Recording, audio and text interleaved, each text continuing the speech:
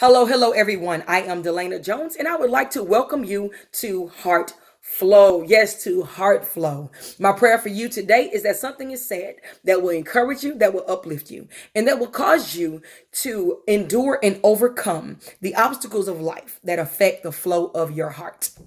Um, Proverbs 4 and 23 says to keep your heart with all diligence, for out of it springs the issues of life. I don't know if any of you all have ever had a jack in a box, the little toy that holds the clown on the inside, and you put the top down over it and you crank the little handle. Well, as you crank the handle, at any point in time, the jack in the box is just gonna pop up. And most of the time, you never can anticipate when it's gonna happen. It just happens, and you jump and you're startled. You're like, most time it's like a happiness because you're waiting for it to happen. Well, sometimes in our lives, things that we have allowed to come into our heart, things that we do not guard, things that we do not keep our heart from, they tend to pop out. Sometimes it's good, like telling somebody that you love them and you did not mean to let it out. You dating somebody or you're seeing someone and you've been talking to them for a long time and you're like, oh my God, in your heart, you're saying, I love this guy. But you haven't said it, you know? And so you're on the phone and you're talking, you get ready to hang up, and you're like, okay, hey, I gotta go. I'll call you later. Okay, love you. Bye. Oh my God, did I just say that? I said I love you. I didn't mean to say I love you because it was in your heart. Even though you didn't mean for it to happen at that time, it was a good thing that came forth. But what happens when you're angry and you're mad and you're upset at somebody and you feel like they weave is ugly? You feel like they kids is ugly. You feel like they husband is dumb.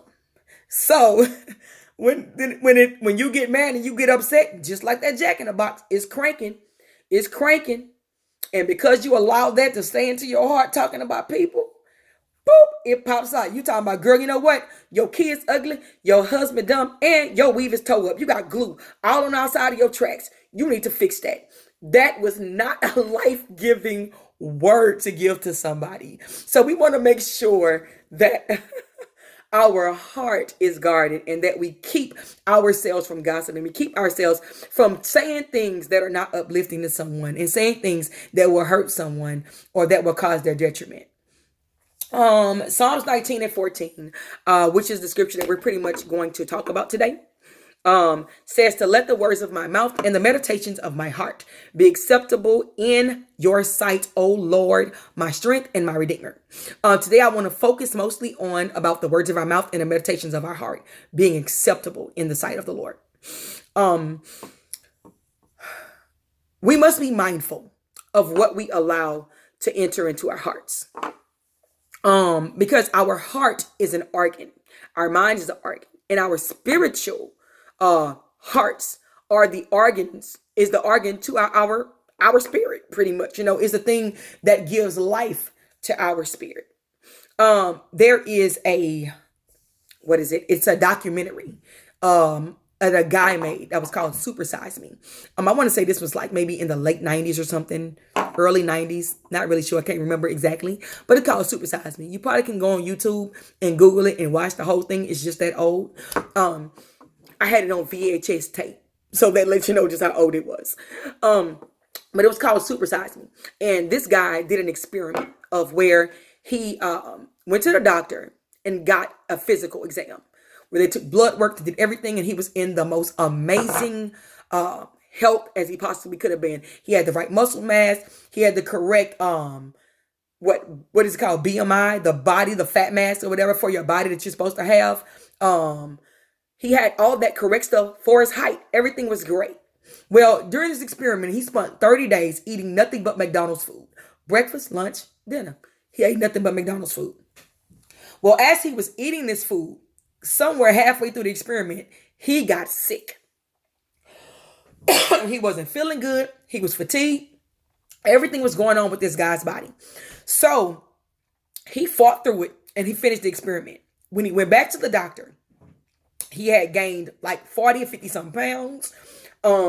His blood pressure was up. Everything was just messed up in this guy. And so whatever he consumed is what he became. He consumed junk So his body became junk. So when we allow junk and things that are not good to enter into our heart, then we are whatever we speak. We are whatever we allow in. So if you allow something that is not good, you allow somebody to speak into your life, or even yourself. Let's just go with ourselves. You allow yourself to speak into your life, and you do something and you're like, man, you know what, that was dumb.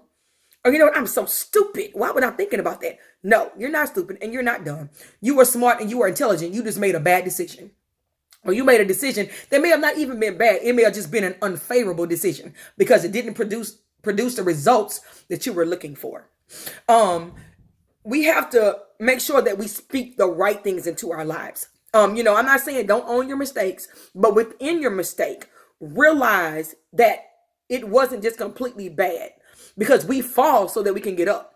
If we never ever fall, we never know exactly how far we can go in our lives.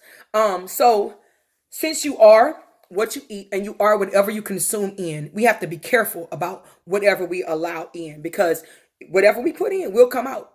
It's going to spring forth.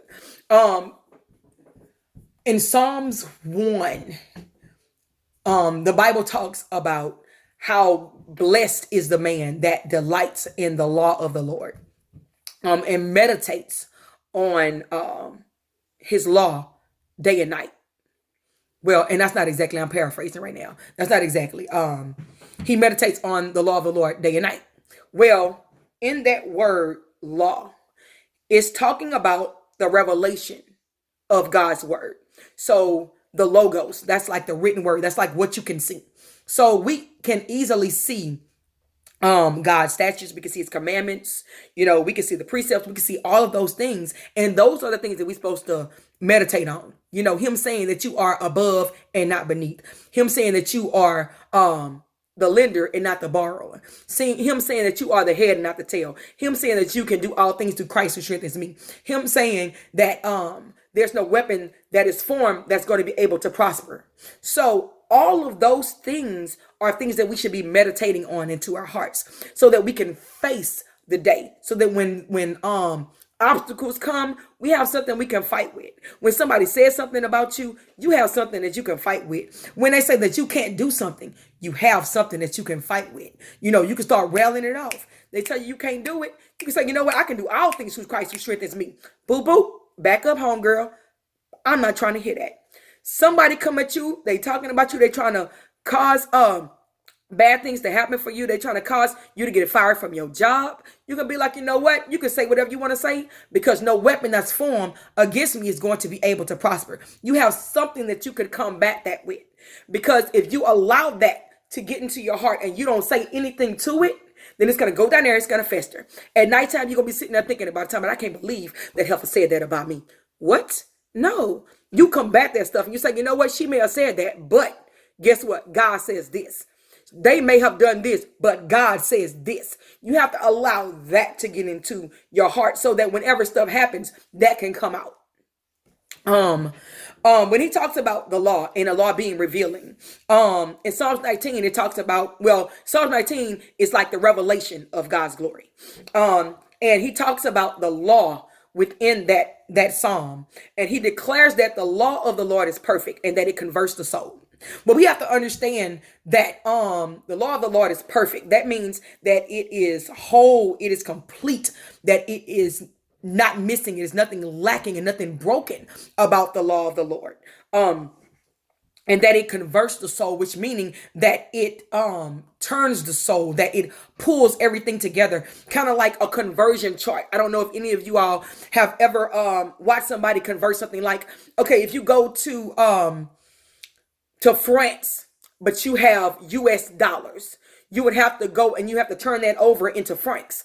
So you would go to a place and they would say, okay, you know what? We're going to give you this instead of this. You just converted your English money into France money, or your US money into France money. So whenever you have that France money, they just convert it over the value of the US money into the value of the France money, which sucks because, our dollar really isn't worth as much as the other money. Anyway, that's neither here nor there. But when you do that, you convert it. So whenever you are converting the soul, You cause whatever the dollar amount is to whatever was in your soul before you were converted to grow. You cause it to be higher than what it was into the amount of what was in your soul after the fact. That becomes higher. So just like whatever we say into ourselves, we say that we're poor. No, you're not poor. You're wealthy. You convert your thoughts. You convert your manifestations. So you change curses into blessing. You change lack into abundance. You change chaos into order. You speak all of those things into your atmosphere. You speak it into your body. You speak into your heart. You speak those things over yourself, over your children, over your spouse, over your church, over your job. You speak whatever you're going to speak into the atmosphere, and that's what it's going to be. That's what it's going to be in your heart. That's what it's going to be in your mouth. And out of your heart is going to spring the issues of life. So whatever issues you have in there, if you speak against those things, when those things pop up, like that Jack in the Box, you are going to be able to pop up with some good stuff to say. I am completely out of time. Make sure that you all are meditating on the things that are holy, the things that are pure, the things that are of a good report. Meditate on those things. And as always, keep your heart with all diligence, for out of it will spring the issues of life. If you are watching and something was said that helped you, that encouraged you, please leave me a comment and share it with your friends, because if it helped you, most likely it's going to help them too. I will see you in the next couple days. I hope that you have a great week. This has been HeartFlow, and I'm Delana Jones. See ya.